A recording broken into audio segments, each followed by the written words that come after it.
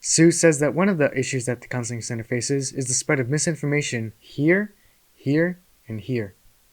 Most people who start origami start with a paper airplane much like this. However, Zudon started with a paper dragon instead. Unfortunately, I don't have any German time, so this is going to have to do.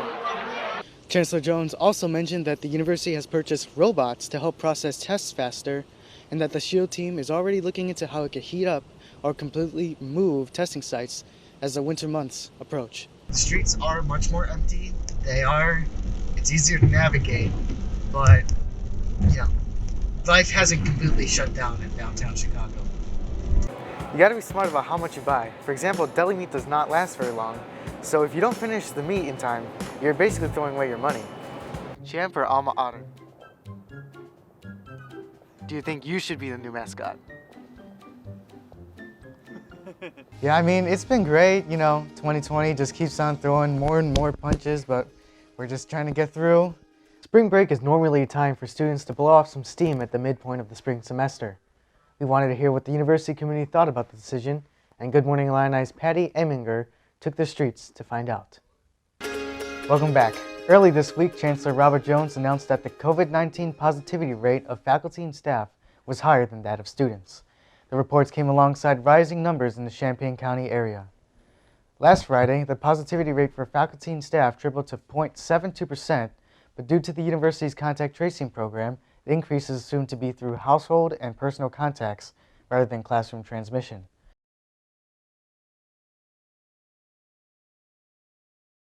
Mental anxiety, mental society, Students held a vigil last Saturday, addressing the death of a student who committed suicide late last month, but also bringing light concerns they had regarding how the university has handled student mental health. We need more resources. The resources that we currently have here at UIUC are insufficient.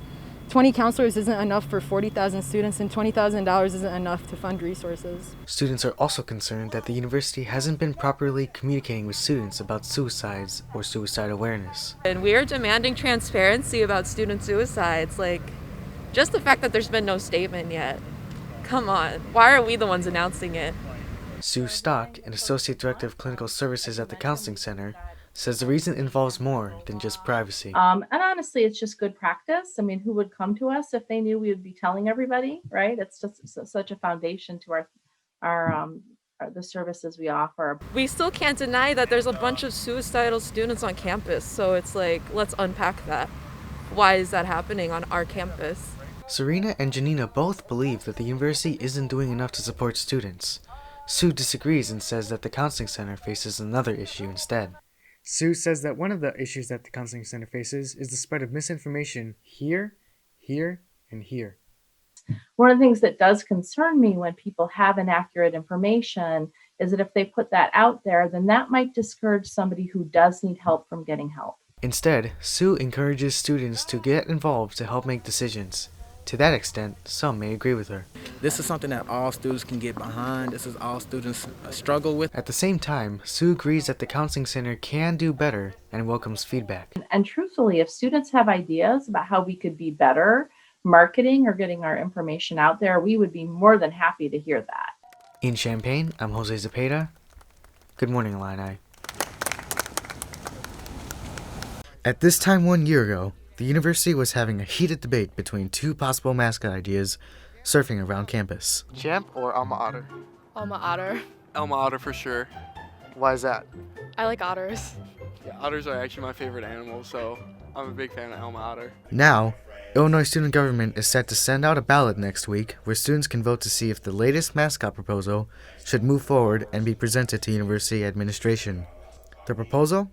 A kingfisher. But where did that idea come from? Meet Spencer Holsey, a senior studying physics. When Spencer isn't working on complicated math equations, she can be found drawing birds. Birds such as the kingfisher, which are prominent at her southern Illinois home. We had a pond where I fished in quite a bit.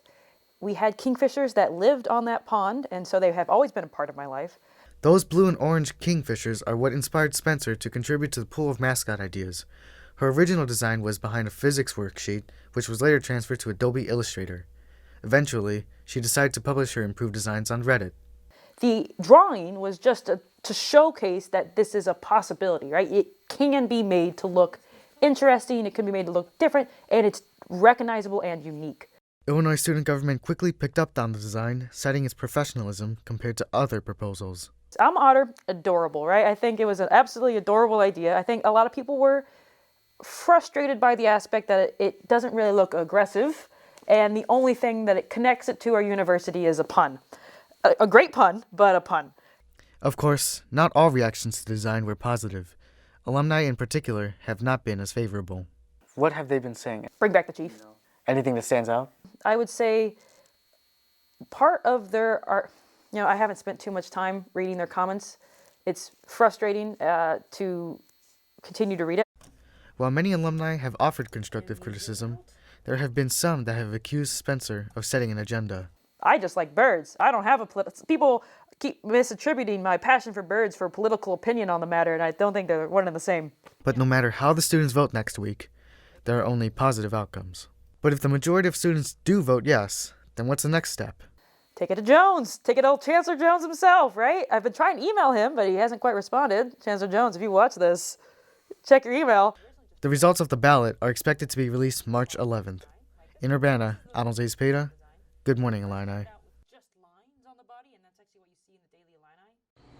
The ongoing COVID-19 pandemic has taken a toll throughout the world, and our mental health is not an exception. So I think all of it relates to mental health, that we have to recognize that it's taking a toll on everyone. And as much as we want everyone to be physically safe and healthy, we also have to recognize that there is trauma that's happening as a result of this pandemic. Quarantine has proven to be difficult over time, as friends and family face trouble being locked in at home for such a long time. We know, in talking with experts, that we have seen a rise in a number of areas, including, for example, domestic violence cases. We know that there are people who, now that we are under a stay-at-home order from the governor, that there are many people who may not, for example, feel safe at home. Others are also taking a toll on their mental health, particularly nurses. Mavic Madrenka is a nurse at Christ Advocate Hospital in Oak Lawn, Illinois. She has seen firsthand how bad the situation has become. Normally, we're really busy, but right now, we're extremely busy. In less than a week, an already stressful job became a nightmare. A nightmare that brought along even more than the average person could handle. Nobody's helping you. The workload is hard because it's only the nurse inside the room. I'm the cleaner. I'm the CNA, I'm the nurse, I'm the respiratory therapist. Putting so much on a person takes its toll. And unfortunately for Mavic, some of the situations she has faced have proven to be the most taxing.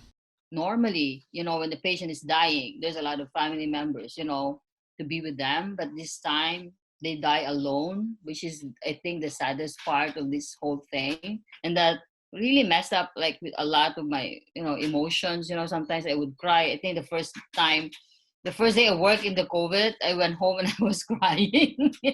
But that doesn't mean that nothing's being done to cope during this situation.